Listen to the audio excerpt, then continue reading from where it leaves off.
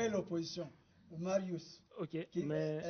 D'accord avec Maître Tchounza? Merci beaucoup, Maître Qui Tchounza. estime qu'il y a beaucoup de failles dans la constitution actuelle et qu'il est... Maître Tchounza, quand il se présentait, il voulait s'afficher comme scientifique. Mais là, quand il parle et vous le suivez, vous sentez vraiment...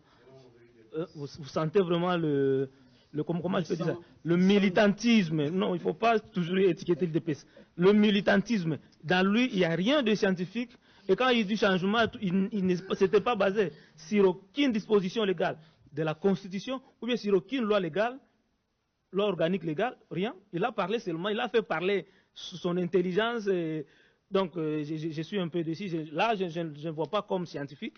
Quand bien même il est assistant d'université, je le suis souvent, il est pertinent dans ses réactions, dans ses interventions. Mais quand il s'agit maintenant où il doit mettre l'intelligence, où le côté scientifique doit beaucoup plus jouer, malheureusement, il n'a pas mis ça en évidence. 20 ans de la Constitution, c'est la maturité. Cette Constitution-là, nous l'avions acquise dans quelles conditions? Vous devez savoir qu'avant son élection, avant le référendum, nous étions comme si on était dans un jungle quelconque, où il n'y avait pas de loi. L'ordre constitutionnel n'existait pas. Ça n'existait pas.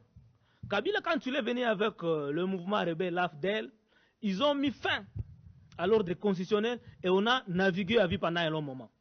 C'est à l'issue de Sun City, où le belligérant, l'opposition politique non armée, tout le monde s'était mis ensemble pour mettre en place la Constitution. Et nous, Congolais, nous sommes allés au référendum. L'aîné, ici à ma gauche, je crois, lui, à l'IDPS, ils étaient contre la Constitution.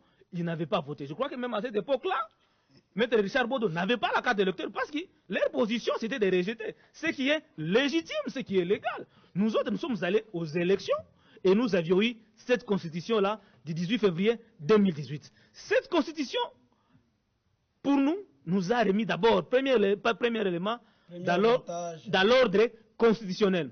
Ça a mis en place le mécanisme essentiel pour une démocratie bien assise. La séparation du pouvoir, c'est garanti dans la Constitution. Ça garantit les libertés fondamentales, les différents droits et consorts des droits de l'homme, c'est garanti par la même Constitution ici. Malheureusement, cette Constitution, forte qu'elle soit, mais violée par les hommes qui sont appelés à faire respecter la Constitution. Cette Constitution nous a tout donné.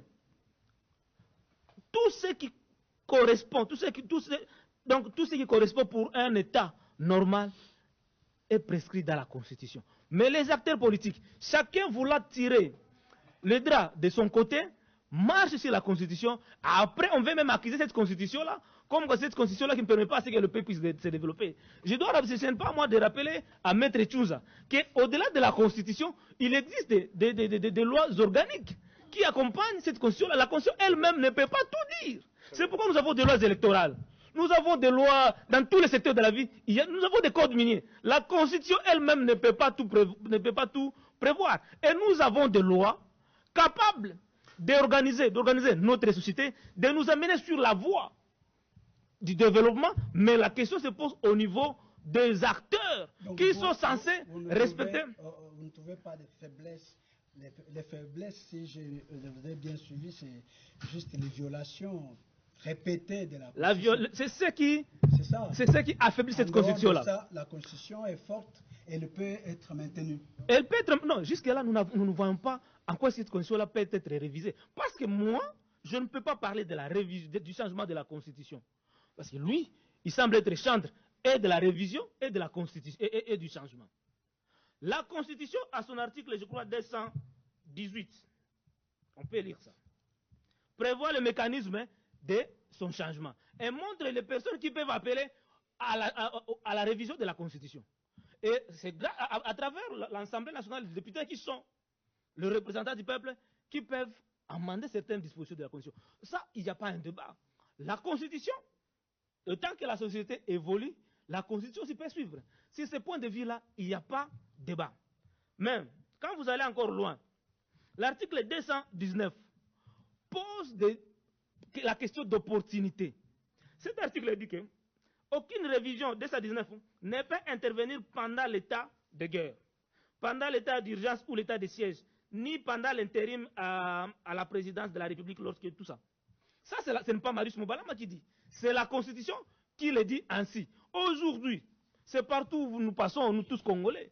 Nous disons que nous sommes pendant la guerre. Lorsque ces débats ici bouillonnaient encore sur les différents plateaux de télévision, nous étions sous l'état de siège. Or, à l'article 219 ici, on dit que pendant l'état de siège, pendant la guerre, on ne peut pas penser à une révision quelconque.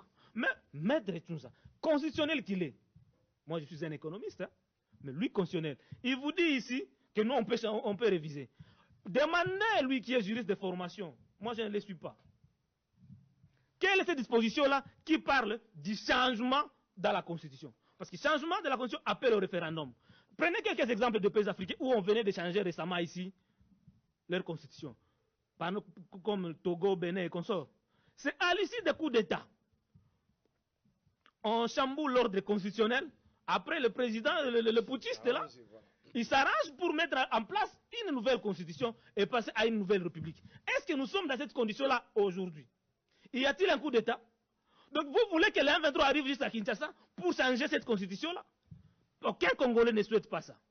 Et procéder au changement, appeler le Congolais au référendum, avec le pouvoir qui est en place, c'est un coup d'État, c'est un coup d'État constitutionnel. Donc le bilan après 20 ans est positif. Le bilan, s'il vous plaît, monsieur Gustave, la Constitution dans son ensemble présente beaucoup de forces.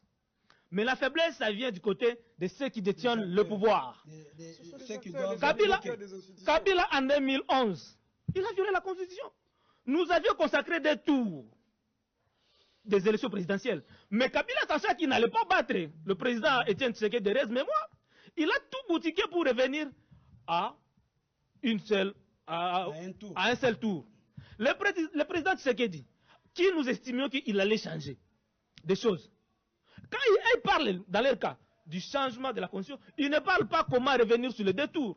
Mais ceux qui sont en train de chercher, pas non plus pour améliorer le quotidien de la population, mais ils cherchent comment faire sauter le verrou du 220.